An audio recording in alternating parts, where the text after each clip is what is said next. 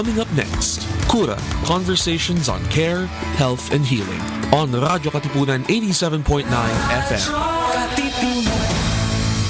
Radyo, Radyo, Radyo, Radyo, Radyo, Radyo, Radyo, Katipunan, Radyo, Katipunan, Radyo, Katipunan,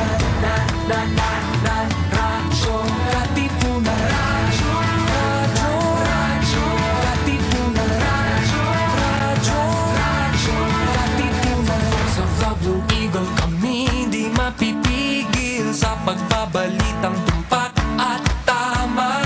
Buhay Atenista sa loob sa labas ng eskwela, ating ibibida lahat ng kwela. Radyo, Radyo, Radyo, Katipunan, Radyo, Radyo, Radyo, Katipunan, Radyo, Katipunan, Radyo,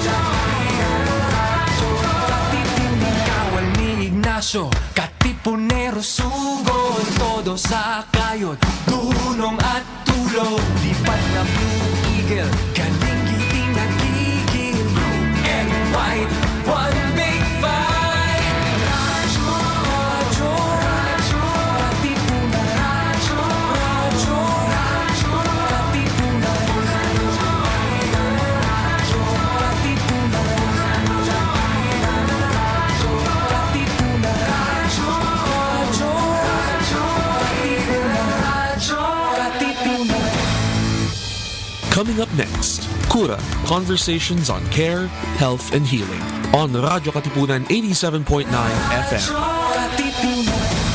Health isn't just about medicine, It's about care community, and conversation. That's why Radyo Katipunan brings you Cura, your campus medical show. From everyday wellness tips to expert advice on the health issues that matter most to you. Cura is here to listen, guide, and care The Ateneo way. Join us as we talk about healing Hope and health right here on Radyo Katipunan 87.9 FM. Cura, your campus health companion where care meets conversation.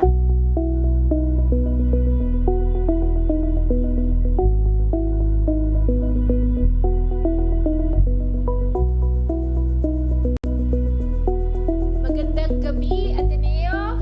Welcome back to Cura, Conversations on Care, Health, and Healing. I'm Dr. Tipi Sumpayco-Tanchanco, and our co-host, Dr. Jello Apostol, is currently in Australia for his graduation. And syempre, top of his class ulit si Jello. So, congratulations, Doc Jello! So, tonight, we're tackling one of the most requested topics in our community. And ito po ay tungkol sa weight management and overcoming obesity. And I have to say, Doc Tin, ang ating guest, this is a personal topic for so many. So whether you're trying to lose weight or maintain a healthy weight, or you just want to eat better for your family, well, we've all gone through that, no? Struggling, minsan. And kasi minsan maririnig natin, carbs ba, masama? Or next day naman, hindi, fat yung problema natin. And then someone will tell you, dapat purple food lang yung kakainin mo pag Tuesday. So, it can really be very exhausting to sift through the data, sift through the chit-chat, no?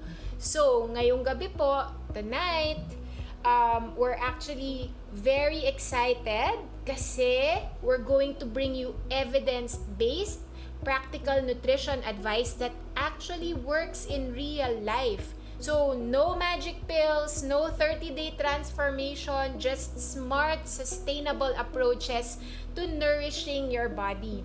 And we're absolutely thrilled. Sinaswerte po tayo ngayong gabi kasi we have with us Dr. Tin Reyes. Dr. Tin here with me is a clinical nutrition specialist who completed her fellowship at St. Luke's Medical Center and earned her master's in clinical nutrition from the Philippine Women's University. Doc Tin also trained at Erasmus Hospital in Brussels, Belgium. Sabi mo ako kung malito, Doc Tin, ha?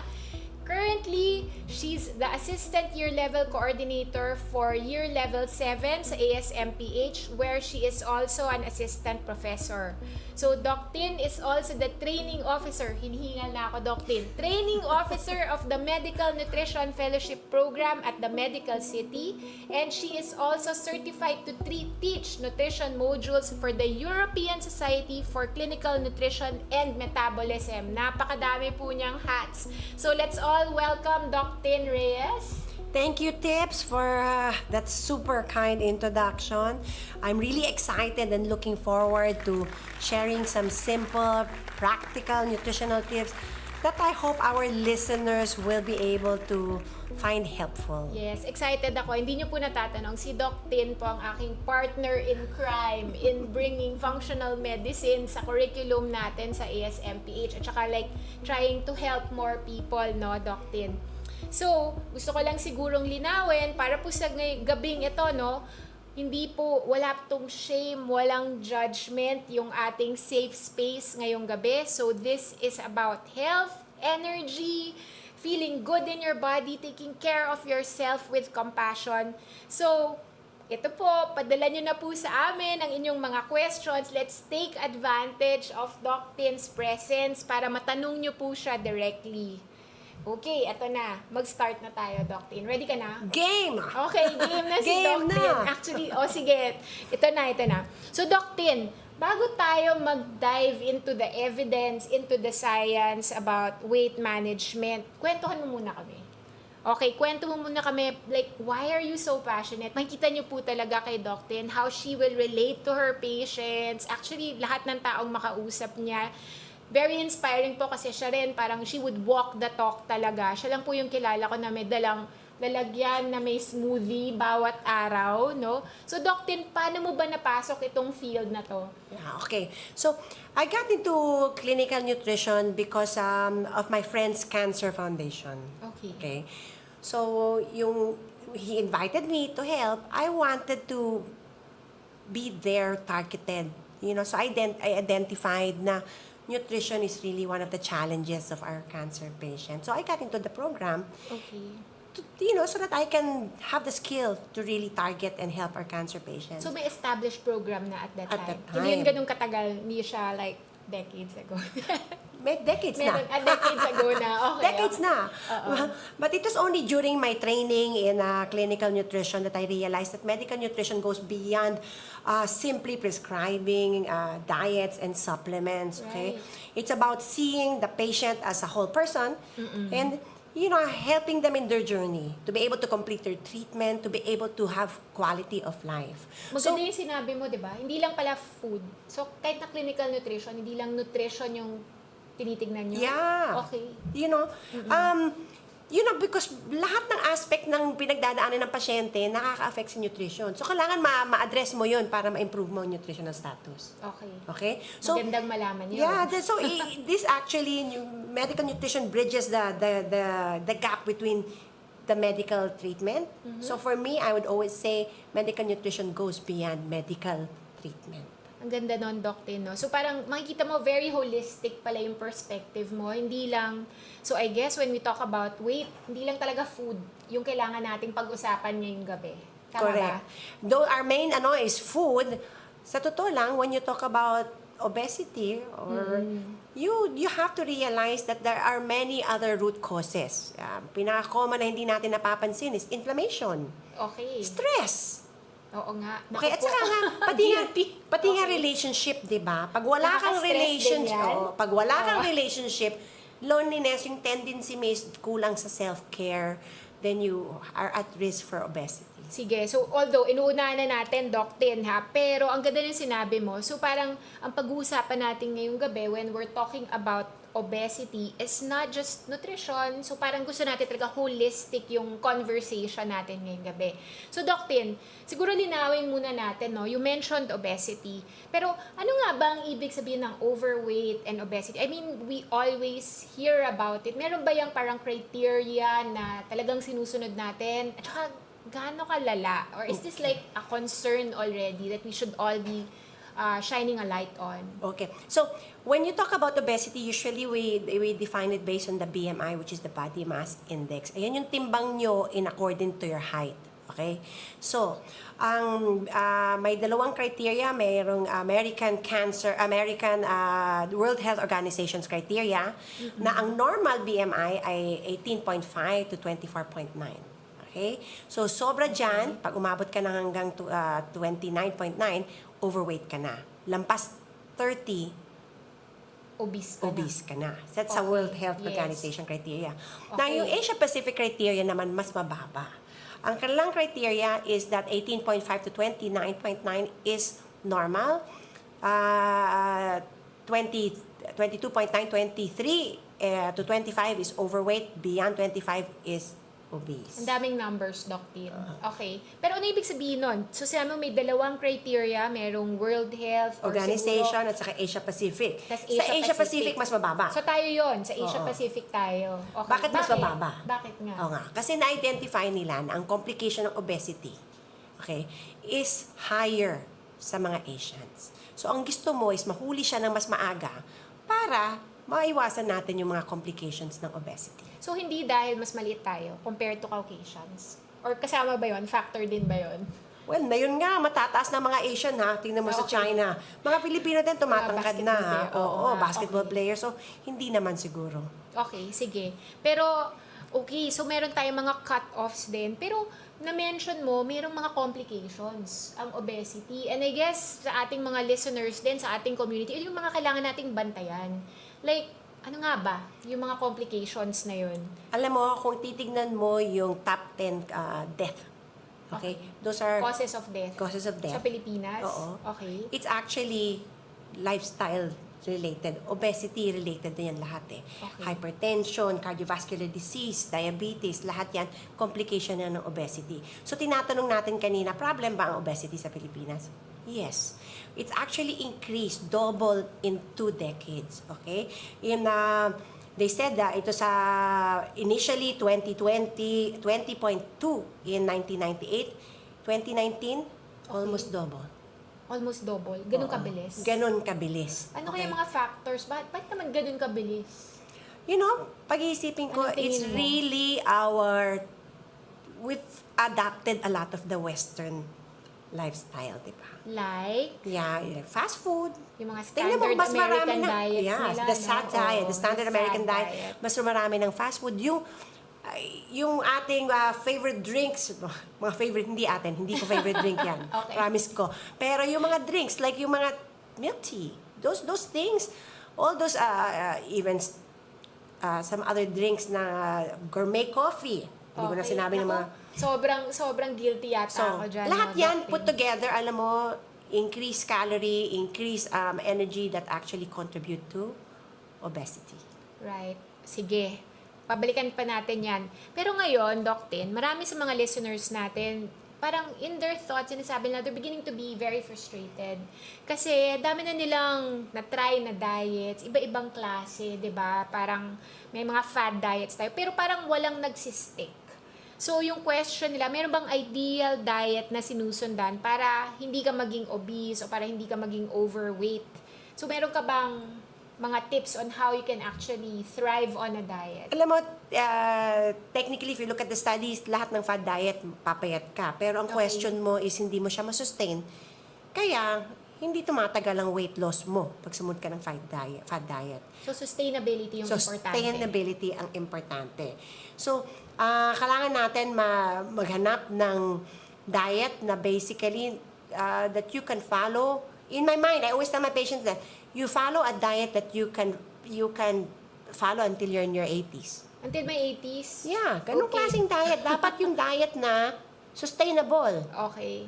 Sige. So, mamaya we'll also like go deeper sa mga diets natin, no? Pero when we talk about obesity and weight loss din, di ba? Ano ba yung main goal talaga when we talk about overweight, obesity, considering all the possible complications of this condition? Because you know that obesity is a risk factor for the many conditions we mentioned. Yeah. Hypertension, diabetes, even cancer. Now, we Risk also din talk siya about for cancer pala. osteoarthritis. We have all, so we want to be able to really get into the normal or get closer to the normal BMI. Okay. So yung normal BMI, based on the Asia Pacific, let's just use that one, would be less than 18.5 to 22.9. Okay, 18.5 to 22.8. Paano natin sinusukat yun? Like, halimbawa, estudyante ako sa college. Paano makukuha yung BMI ko?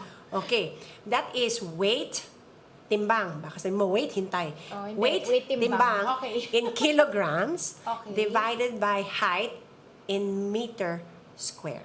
Okay, marami pong math na sinabi si Doc Tin. Pero importante, kilograms. At saka ano yung unit ng height na ginagamit mo? Meter. Meter square. Square. So, SI. Okay, sige. Tapos 'di ba, Doc Tin, marami iba kasi nagmamadali naman na sige, nakakatakot, delikado pala tong obesity, ang daming mga complications.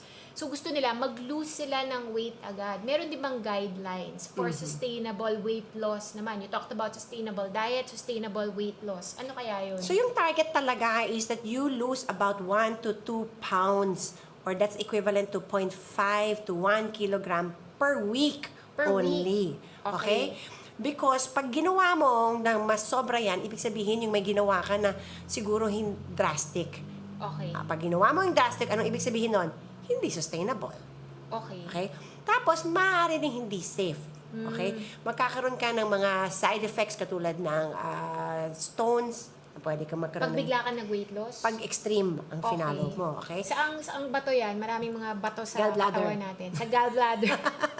Gallbladder stones. Ano pa yung mga parang drastic din or mga complications ng sudden Okay, one weight thing loss? is you lose a lot of muscles. Okay. Pwede ka Kung manghina? drastic. Okay, pwede ka manghina. Okay? So, Bukod sa papangit yung itsura mo pag Oo. sobrang bilis. Hindi mo mukha kang old. oo. Okay. Hindi ka maganda. Hindi ka maganda.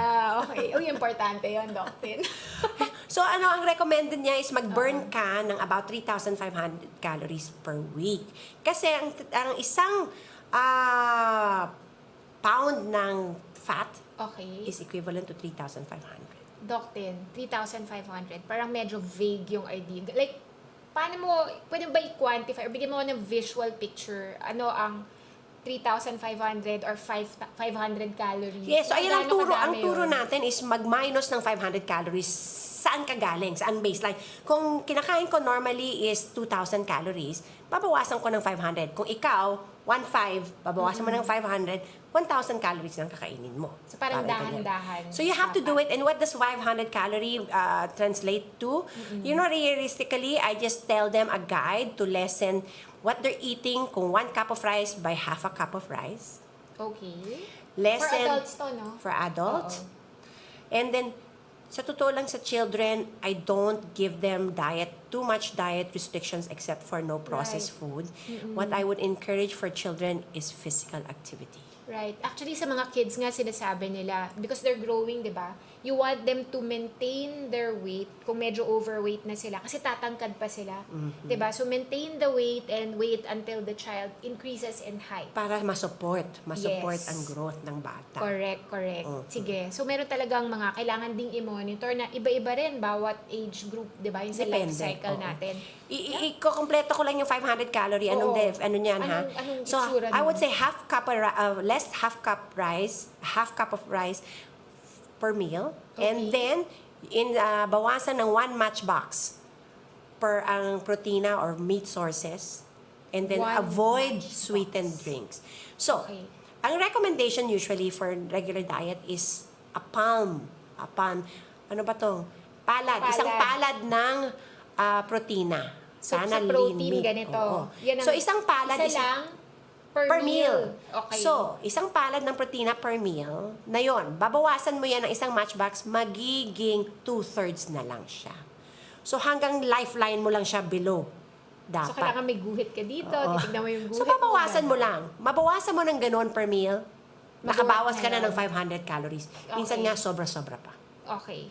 So, tignan natin. So, mag-iiba-iba pala, no? Depende sa size ng palad mo. But estimate lang yan, Yes. right? Okay.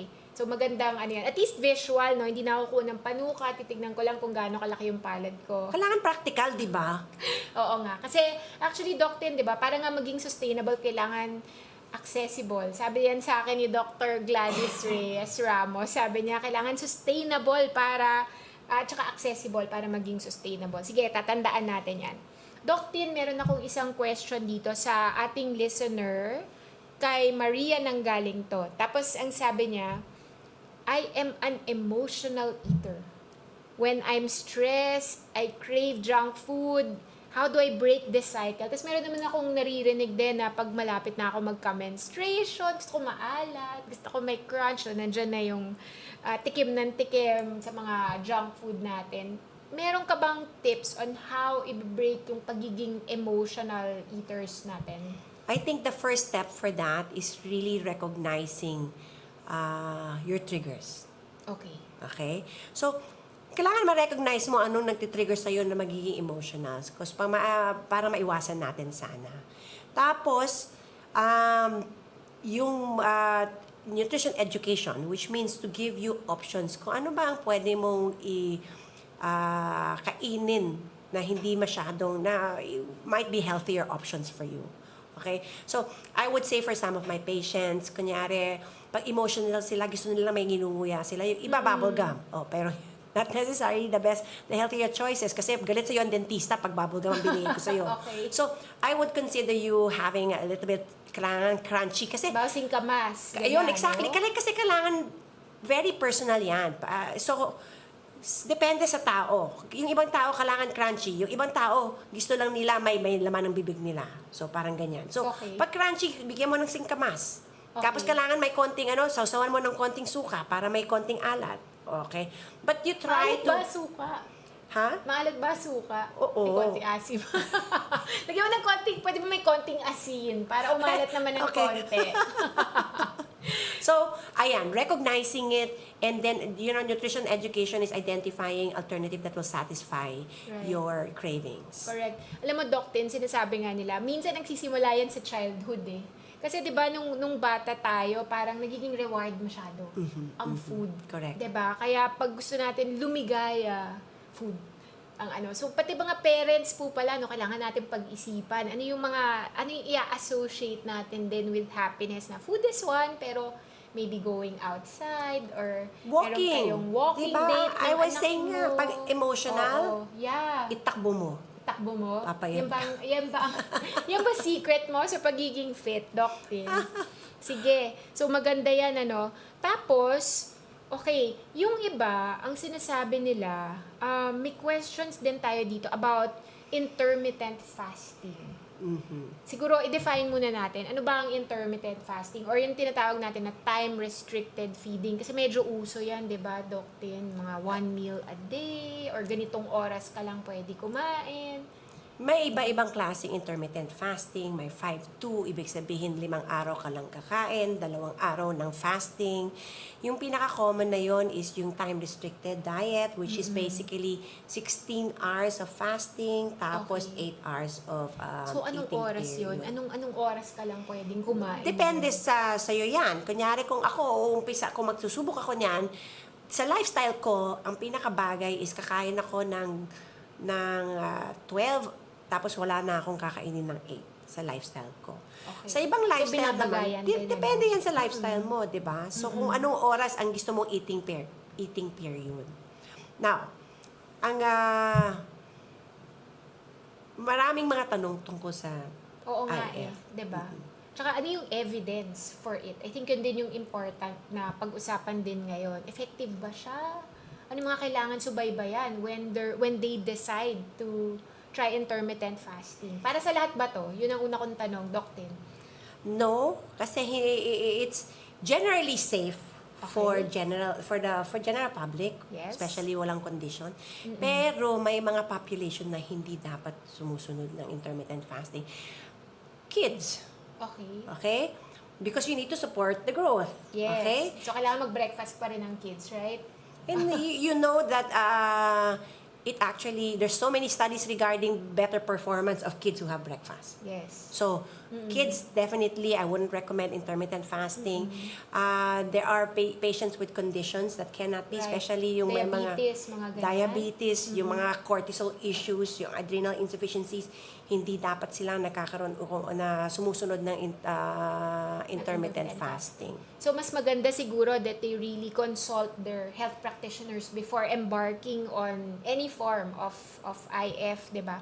Tapos, di ba, Doc Tin, parang yung mga usual na side effects na nakikita natin for intermittent fasting would be, bawa, loss of muscle mass. Pumayat ka nga, pero muscle pala, hindi lang fat yung nawala, di ba? I think yung issue sa intermittent fasting is that yung window of opportunity mo or window of eating is 8 hours and people will eat anything. So, lahat ng bad food, processed food, kaya lumalabas, tumataas yung mga cholesterol nila, nakakaroon din sila ng mga ibang complication of eating the bad food. Right. So, kumbaga, yung naging complication, hindi lang dahil sa intermittent fasting. Kasi it's what they eat during the window. So, importante rin talaga to consider that, diba, Doc? Definitely. So, healthy eating ka pa rin, pag mag-intermittent fasting ka, has better chances of a good outcome. But, note, that when you go intermittent fasting, you have risk of losing muscles too. And because, cortisol goes up, that's also one inflammation. So, Right. You have to consider all those aspects. So, balance pa rin yung importante. Ganda yan, Doc Tin. Sige, tatandaan natin. Wala pa rin, as of now, yung long-term studies. Ng IF, wala pa rin. Yeah. So, Yeah. is it really safe for long-term? Right now, the studies that they have is good enough to say that it's safe, that they can say. Recently, in 2024, they had an American Heart Association article that talked about those people who followed that 8-hour period of eating had a higher incidence of cardiac issues. Right. But it's still, they said, they still have to really look at the data. Yes, Okay? preliminary pa lang Yeah. siguro yung results. Correct. At saka, siguro mahirap din kasi na kailangan mo controlled talaga yung study, di ba? Kasi parang may kukontrol ko nung kakainin nila. Titignan mo all of yung kakainin ng 20,000 people in that study. Pero agree with Doc Tin, no, na kailangan pa natin subaybayan yung research. Kasi hindi pa definitive, okay? Right. So it doesn't tell us about the cause and effect yet. Okay? Right. So, but in other words, be cautious lang. Kasi may konting mga data na hindi positive. Hindi positive. Although, meron din namang positive Oh, na syempre. data. Oo. Diba? So, kailangan talagang aralin, kailangan basahin. And mas maganda kung guided nga po by your health practitioner. Doc Tin, mag-game muna tayo. Okay. Excited ako dito. Truth or myth? Yan ang gagamitin natin. So, eto muna. Doc Tin, truth or myth? Carbs make you gain weight. Okay. Myth. Myth yan? Bakit? Oo. Hindi naman, carbs are essential for the body. Okay? Hindi siya necessarily bad. It's about the quality and the quantity. Okay? Siyempre, the more processed, na wala na siya ng mga fiber, hindi siya good. At saka tumataas ang glycemic index niya, ibig sabihin, tumataas ang sugar mo pag kumakain ka ng ganong klaseng rice. Tapos yung quality, kung kumain ka ba naman ng sticky rice at saka Anong kasama biko dun sa ano? at maramihan, nagiging bad siya. Pero kung hindi naman, if you eat again in moderation, we told you, half a cup of rice should not be, should not not be actually, bad. should Oo. not cause weight gain. Should not. At saka siguro, Doc Tin, di ba, meron tayong mga ibang sources of carbs. Yeah. Hindi lang kanin, di ba? Kamote. Kamote, Ano pa? the other grains, syempre yung mga Mga starchy vegetables din starchy natin, vegetables, di ba? yes, potato, yeah. Sige, so, yeah. Pero, dapat nga in moderation. Tsaka, baka mamaya kung ano yung mga sauce. Parang kamote, pero may chocolate sauce. Meron ba nun? Hindi ko Kamote pa- with chocolate. Pwede, Iba I'm siya. sure some can create Sinasawsaw, that. diba? Yes, Yeah. maaari naman. Creative. Yes. Or pinrito, di ba? O, Hindi rin good. prinito. Okay. Oo nga. Doc Tin, ito na ulit. Truth or myth? Fats are bad? Myth. Myth din. Oo. O baka it depends din ba yan? Definitely. Okay. Ang rami-rami namang klaseng fats, di ba? Okay. Meron tayong... Ano ba yung mga klase ng fats? Okay, challenge. Saturated fats are basically the solid fats that you will see in animal sources. But samples of that are also palm oil. Okay. Now we have the unsaturated, two kinds: monounsaturated, polyunsaturated. Ito yung mga katulad ng olive oil, yung katulad ng fish oil, the unsaturated fat. Tapos we also have what we call trans fat. Okay? Trans fat yung nakikita mo sa mga baked goods katulad ng donuts, lahat, pizza. Okay? So, not all fats are bad. Okay? There are good fats katulad ng avocado, nuts, seeds. Those are good fats. Okay? What we don't really want are trans fats. Okay. Because trans fatty acids have the bad effects on our cholesterols. It will put up the bad cholesterol, the LDL, and it will put down the good cholesterol, which is the HDL. Also, studies have shown that trans fats are now linked to cancer development. So we don't want trans fats. When it comes to saturated fats, we want to limit it. Kasi trans fats, saturated fat, which is the animal fat, can put up your bad cholesterol and also your good cholesterol. But you don't want your bad cholesterol to go up, so you want to limit that. So, kailangan natin. So, parang fat is essential pa rin in our body, right? Definitely. Kaya it's a macronutrient na kailangan kinakain pa rin natin. But we have to choose the right fats. the right fats. Okay. So, parang hindi lang truth or myth. Parang, okay, it depends pa rin yung sagot natin. Okay, ito naman, Doc Tin. Low fat or fat-free means calorie-free. Pareho ba yun? No. Okay. Pareho din na niya Kasi di ba minsan may mga labels nakalagay low fat or calorie-free. Merong mga ganun. Ano ba ibig sabihin nun? Okay. Ibig sabihin yan, mababa ang content ng fat niya. Okay? Pero maaaring mataas ang content ng sugar niya. Okay. So, many of the fat-free are high in sugar. Para magkalasa, di ba? O kaya, hindi siya necessarily low in calorie. Okay? So, the same thing with sugar-free. Sugar-free, people will say, I can eat this for weight loss.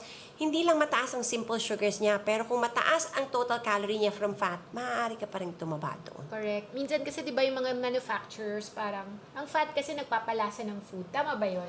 Sabi nila parang mas may lasa daw pag may fat ng konti. So pag binaba mo yun, yung iba, tinataasan din yung sugar para magkalasa. Yeah. Well, the thing is, just be able to really read nutrient content. Okay? Become aware. Read the labels. Yeah, read the labels. We have to learn how to read the labels to see that not all, you look at the calories does not mean that the fat and the sugar will translate to good things too. Okay, eto. Truth or myth? Eating at night causes weight gain. Well, if you're eating at night, technically, it's still the law of thermodynamics. Kung marami kang kinakain at kulang ginagalaw mo, magigain ka.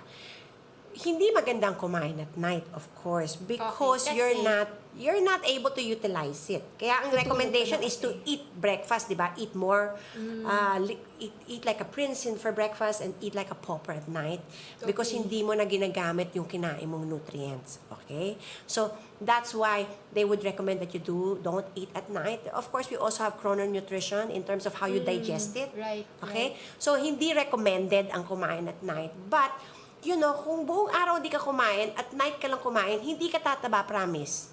Kasi wala kang calories din. Wala kang nutrition na nakuha buong during araw the day. eh. Pero bang rules yan, Doc Tin? Like, halimbawa matutulog ako ng, kunyari, 11 at night. Like, kailan dapat yung last Ideal meal ang ko? recommendation nila so that na ma-digest mo ng mabuti.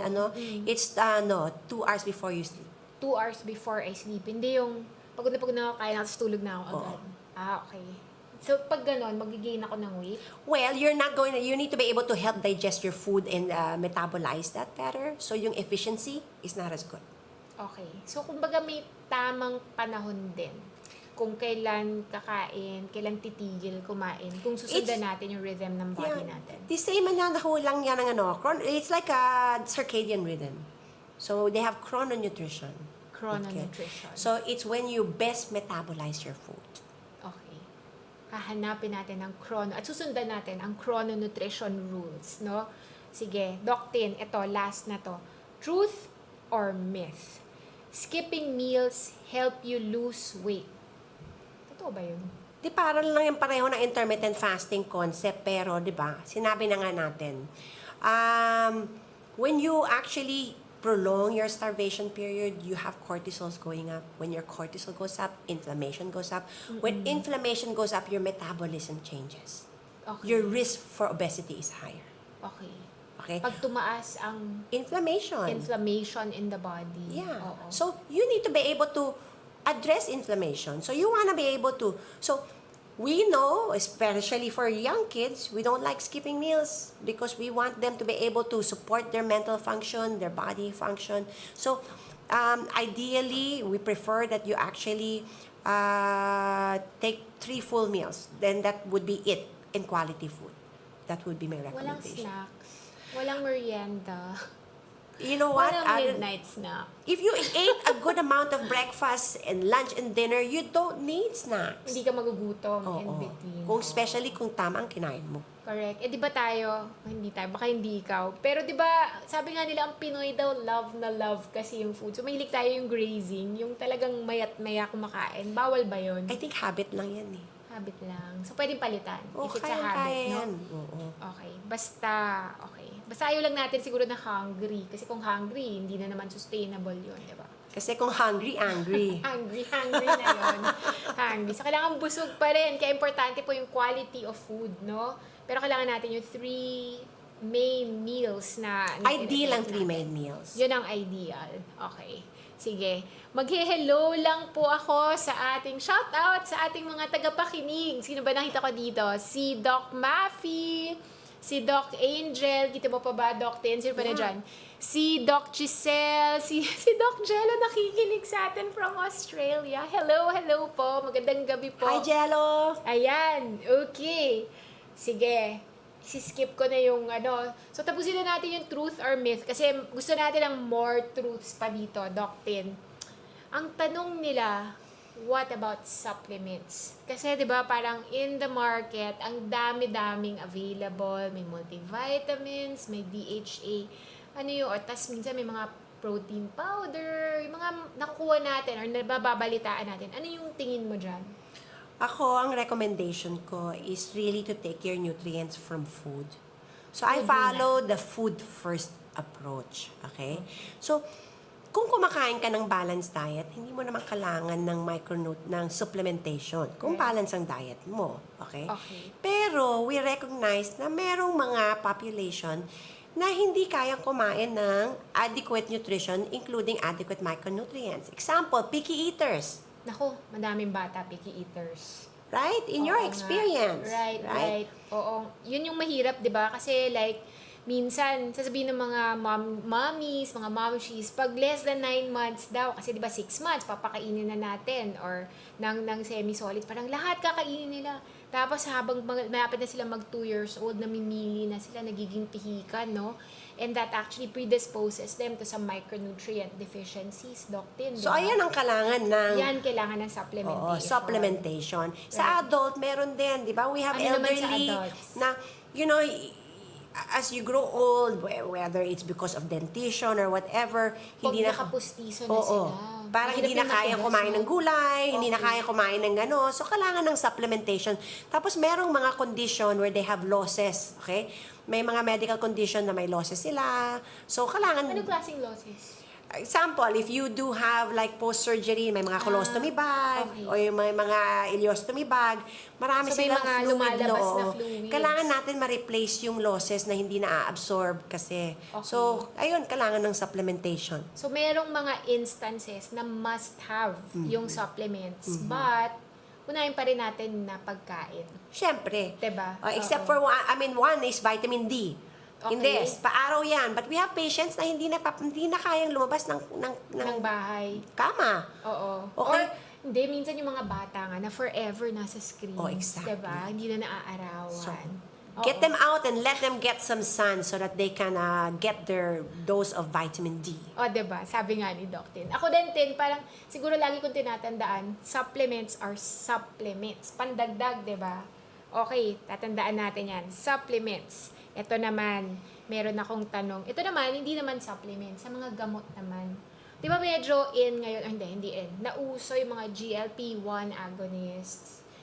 Tapos yung iba, medyo mahal siya, injectable. Pero ano yung tingin mo dito? Kasi sinasabi nila nakatulong na bumaba yung timbang ng ibang tao or natulungan sila sa diabetes nila. Like, what are your thoughts about that? So ano ba ang GLP-1 Ano nga agonist siya? ba? Sige, explain mo nga sa amin, ano ba ang GLP-1? Okay. So basically, pag kumain ka, magpo-produce ka ng incretin. Okay? You have GLP at saka GIP. Okay. And this will actually increase your insulin. Okay? So that you can absorb your nutrients. Okay? So, what happens is that when you have a GLP-1, katulad ng mga gamot available, I think, yung mga injectables, okay?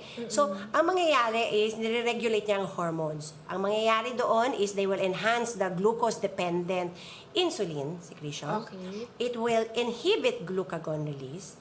And then, it will slow down gastric emptying. So, how does that affect? Kasi mabagal gumalaw, hindi ka gutom. Okay. Kasi nandyan pa yung pagkain. Okay? Mabagal yung galaw ng bituka mo, busog ka. So, Yung parang iba nga bloated. Kaya busog. ayun yung side effect nun eh. Okay. Nausea at saka bloating. Pag sobra naman. That's the initial side effect. Okay. Taken na yon. Taken na yon na pag binibigyan natin ng injection na yan, maaaring maging side effect Kasi yan. naninibago pa yung katawan nila. Because mabagal na nga yung paggalaw ng intestines nila. Okay? So, talagang effective naman pag sabihin mo may effective for weight loss. Pero sa aking experience, hindi rin siya sustainable. Okay. Mahal Kasi, siya. Una, mahal. Mahal. Diba? Ako. Tapos injection, diba? So, hindi siya sustainable, mahal siya, long-term siguro. Ang maximum patients na makikita ko na nagme-maintain nun is 2 years. Pero pagkatapos nun, what's next? So, ang recommendation ko, if you really need it to jumpstart, just to jumpstart, Okay. you go ahead, pero, make sure you clear it with your doctor that it's safe. So, guided sila pag Guided. nag-GLP-1. Okay, hindi. Okay. Pero kailangan, sabayan mo yan ng lifestyle to make it sustainable. Right. So, do I have patients who have tried it? Yes. Have they been able to maintain? Only because they followed a lifestyle modification. Yung mga hindi nag-follow ng lifestyle modification, bumalik din and it came back with a vengeance. Yung weight gain. Oh my gosh, so nag-yo-yo sila.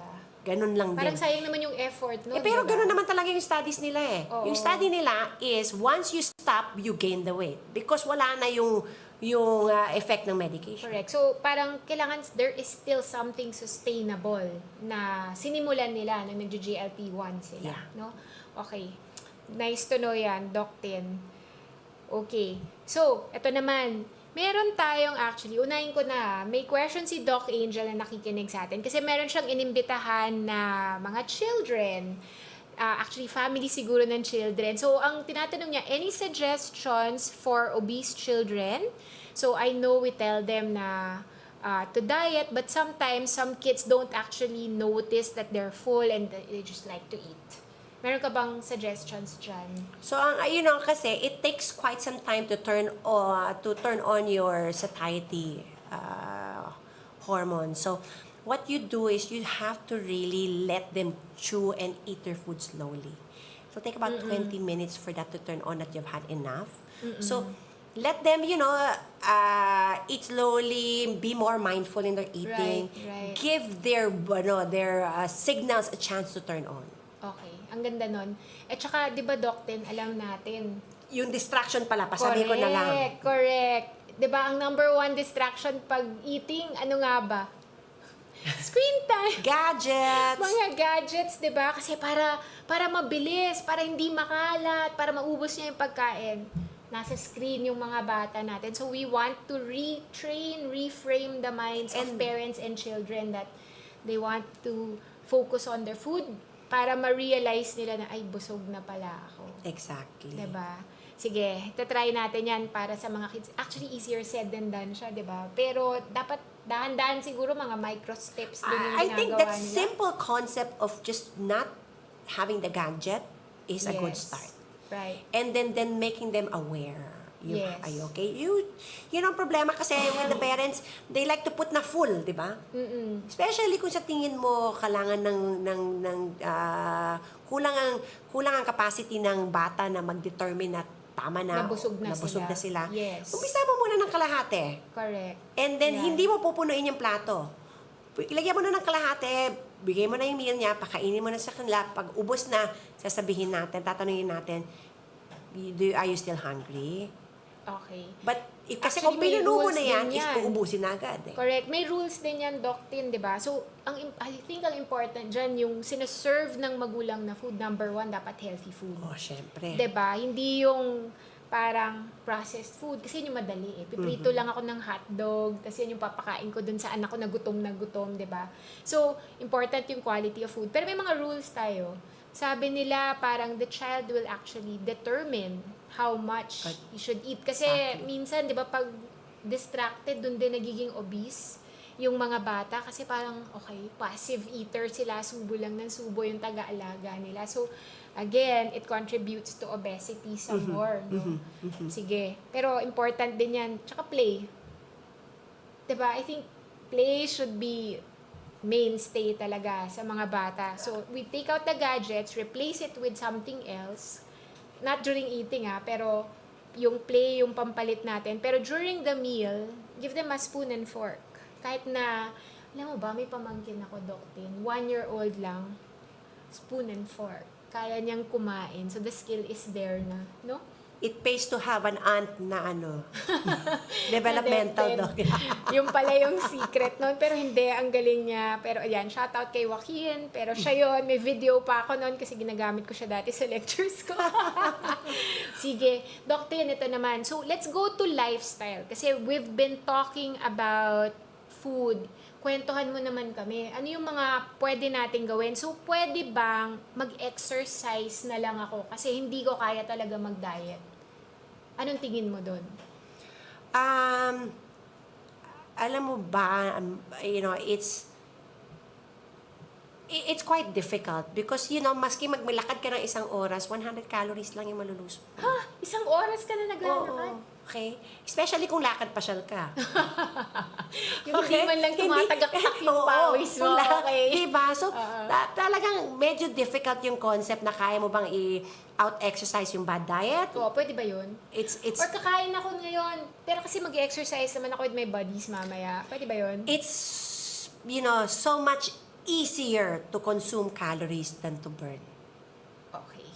Okay. Magandang tandaan So, yan, Doc. so you wanna be able to really put them together.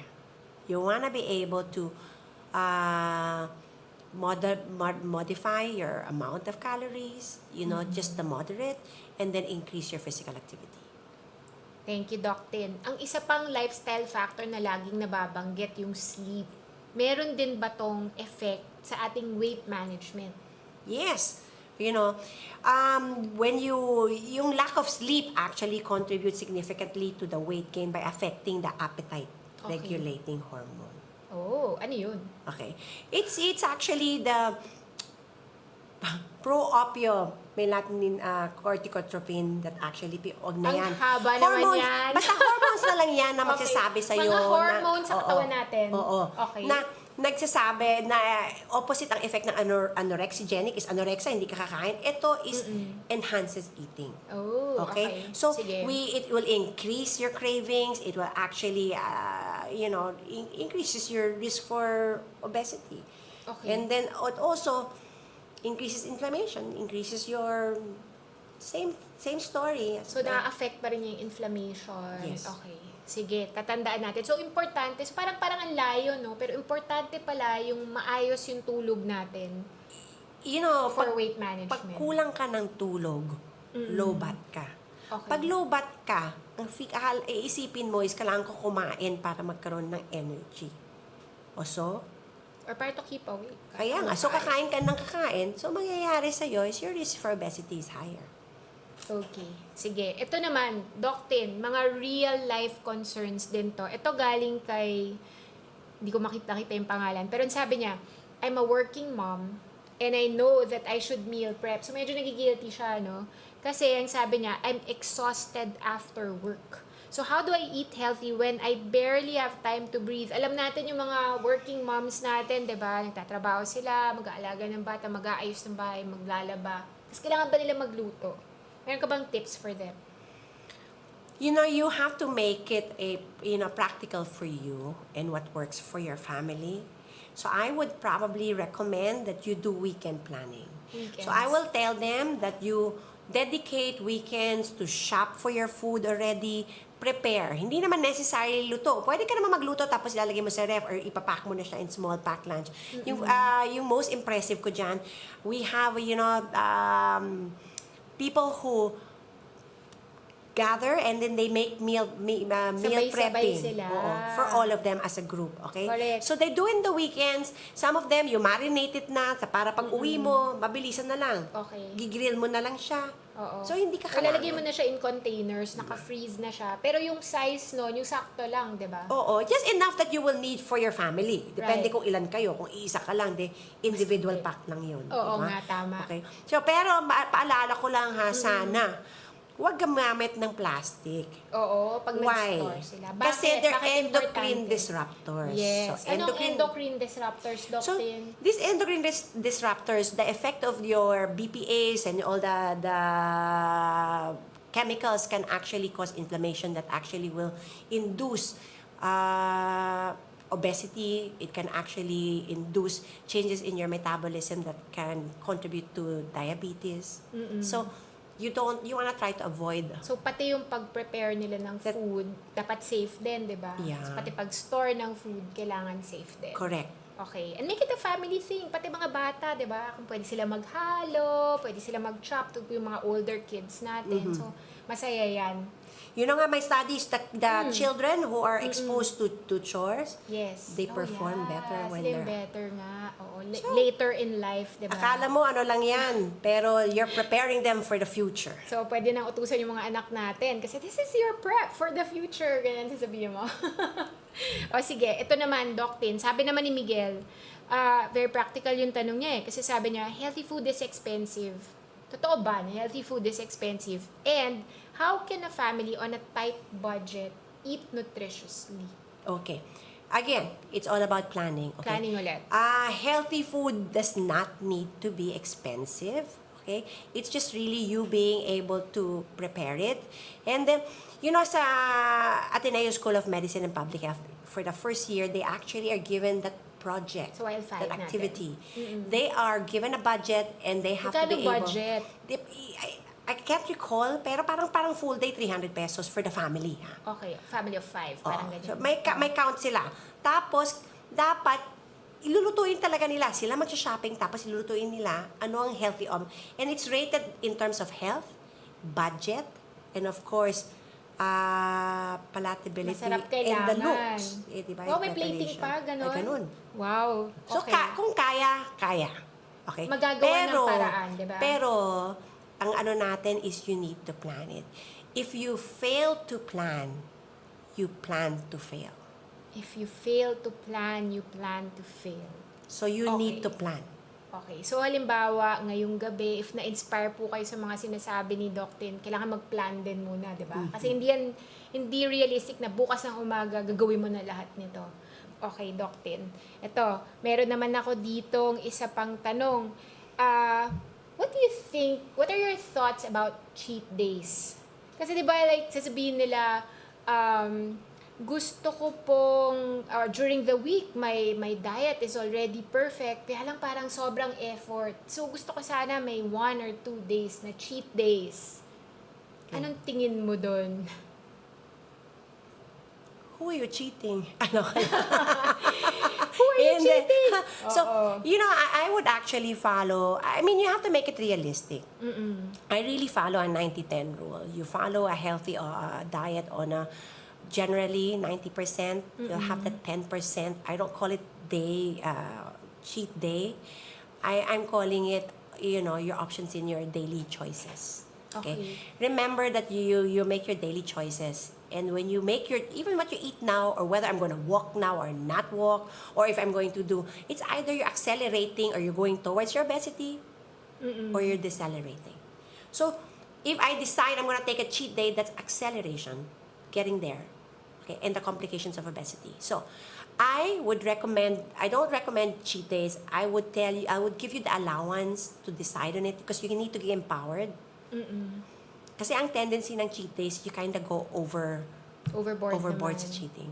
Okay. So, I don't like cheat days. Okay. I would give you, from the very beginning, an allowance. That's a Okay. 10% that you probably will not be following the So, hindi siya general rule. cheating kasi may rule na Yes. 90-10. Yes. Diba? We don't want to call it cheating. So, We some want people to people- be honest and have Yeah. integrity. Ganon pa rin, diba? So, for some, it's 80-20. 80-20. Me, I do it 90-10. Because I want to succeed Right. and target higher. Maganda pa rin yun, di ba, Doc Tin? Kasi may empowered pa rin sila to Exactly. make the choice, right? Exactly. Okay.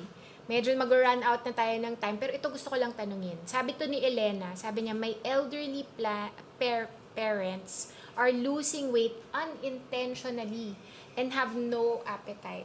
Should they be worried? And how can I help them maintain good nutrition? So, elderly muna.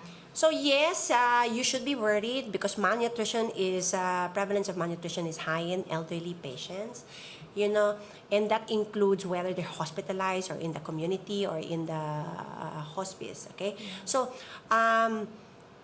they say that for the ASPEN, for the American Society for Parenteral and Enteral Nutrition, 2% weight loss lang in 1 week is already a concern. 2%? Yeah, 5% in 1 month, 7.5 in 3 months, and then 10% in 6 months. Okay, that is already considered severe malnutrition, and severe malnutrition in elderly is associated with increased risk of diseases and hospitalization, and of course, poor quality of life.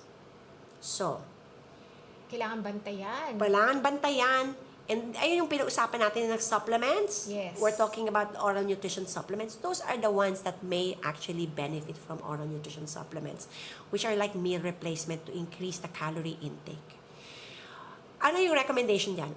Alamin mo kung bakit. Bakit siya nag-weight loss? Oo, ayun naman. Di ba, it's always going to go back to the root reasons, cause. diba? So, alamin natin, with elderly, we have geriatric syndromes. It can be depression. It can actually be a medical condition. Okay. Or as poor-fitting dentures. Dentures, So, yeah. alamin nyo muna kung bakit. Okay? Tayo nag-weight loss. Huwag nyong hayaan na na mag-lose ng weight. You wanna address that early. Pag mag 2% ka pa lang, pansinin mo na bago humaba. Tapos, find out underlying cause of the unintentional weight loss. Okay. So, yung keyword dito is unintentional, 'di ba? So, parang investigate natin. Let's look for root cause. Ay, okay. Doc Tin, ang bilis ng 1 oras. Malapit na mag-wrap up na tayo ngayon, no? So, bilang wrap up natin, siguro, ito muna. Meron akong, bago tayo umalis, pwede ka ba mag-share ng isang practical tip sa ating mga tagapakinig, sa ating audience for sustainable weight loss? Kasi sabi mo, kailangan sustainable, di ba? Definitely. Bigyan mo naman kami ng tip. Paano namin to gagawin? I would recommend that you emphasize on nutrient-dense. So, ibig sabihin, masustansyang pagkain. Whole foods. Iwas tayo sa processed food. Right. Ano Okay. example ng processed food ulit? Processed food is lahat ng delata. Lahat ng mga... Mga hotdog, maraming food coloring, ganyan. Okay. So, prioritize plant-based. Okay? Kailangan So, ba maging vegetarian? Hindi naman. Okay. Hindi naman kailangan maging magli-lean protein ho tayo. Iwas tayo sa bad fats at saka high salt because salt is increases your risk for hypertension. Okay, and also uric acid. But that's a long story. We'll talk Ibang about it isang some other oras time. na yun ulit. Sa susunod na Doc Tin, imbitahan natin si Doc Tin. Iba na po yung pag-uusapan niya. O sige, ako naman. Siguro isi-share ko lang. Try natin naman yung addition approach. Kasi di ba marami tayong tinatanggal pag kumakain tayo. Pwede kayang addition or replacement. Ano yung i-add natin? one thing at a time. Nagsimula ako sa isang anak ko na medyo picky, isang gulay na nakalagay sa plato niya. So if we can add one vegetable to every meal, one extra glass of water, one piece of fruit pag nagsasnack, kahit pa isa-isa, kumbaga parang mga micro goals to na dinadagdag natin. Tapos, kasi positive yung pagsabi natin, 'di ba, na uy, ina-add ko to imbes na uy, tinatanggal ko to, na medyo nagiging deprived yung feeling natin. So yun siguro pwede nating i-try din. Amazing. Pwede, 'di ba? Approach, yeah. Yun. Tapos kahit wala dito si Doc Jello, may bilin siya. Kailangan merong relation to the environment. So, sabi po ni Doc Jello, ito ang kanyang tip, nagbilin po siya para sa inyo. Research shows that people eat 44% more when food is visible on counters versus stored in cabinets. 'Di ba minsan nga nabubulok, nakalimutan mo kasi naka-store sa cabinet yung mga food na parang binili mo pala, no? So, our food environment shapes our eating behavior more than willpower alone. So, keep healthy food at eye level. Pag naglagay kayo sa fridge, yung madaling makita, yung healthy food. Tapos, yung mga pre-cut vegetables, kailangan kasi accessible, 'di ba? Pero malamig na, malutong, nandyan sa ref, yung mga fruits natin. Tapos, dapat yung nakikita nila, or kung halimbawa, yung bata medyo hindi pa siya ganun katangkad, yung eye level niya, makikita niya yung nutritious food. And then, hide the less healthy options, or better yet, don't bring them home. So, pati yung grocery shopping, iplano nyo po. Wag na lang kayong bumili para wag kayong matempt na kainin yung mga food na hindi ganun ka-healthy. Galing! I love that recommendation. Okay, it aligns perfectly with the behavioral nutrition research. So, instead of fighting our environment, we design it to support our goals. Okay, tama. So, maraming salamat din kay Doc Jello para sa kanyang environmental health tip.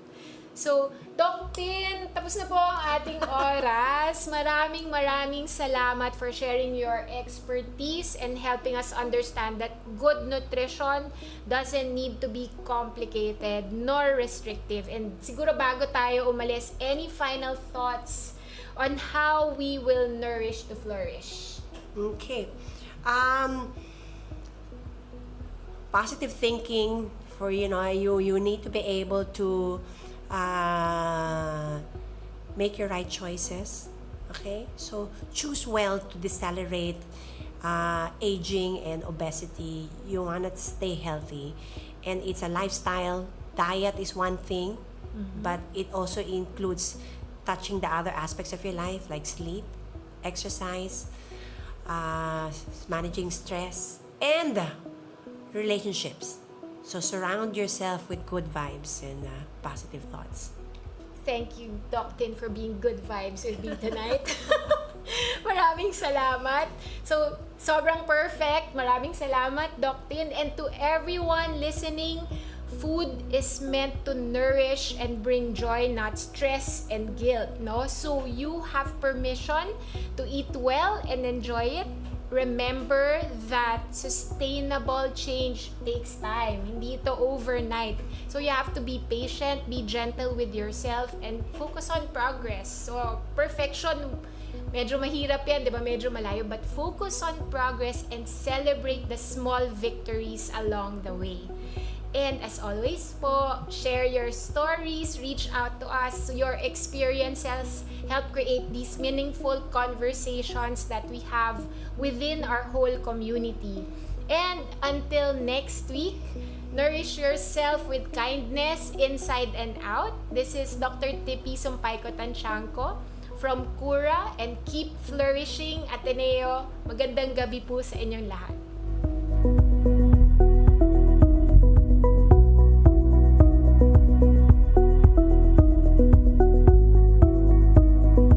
Isn't just about medicine. It's about care Community and conversation. That's why Radyo Katipunan brings you Cura, your campus medical show. From everyday wellness tips to expert advice on the health issues that matter most to you. Cura is here to listen, guide, and care The Ateneo way. Join us as we talk about healing Hope and health right here on Radyo Katipunan 87.9 FM. Cura, your campus health companion where care meets conversation.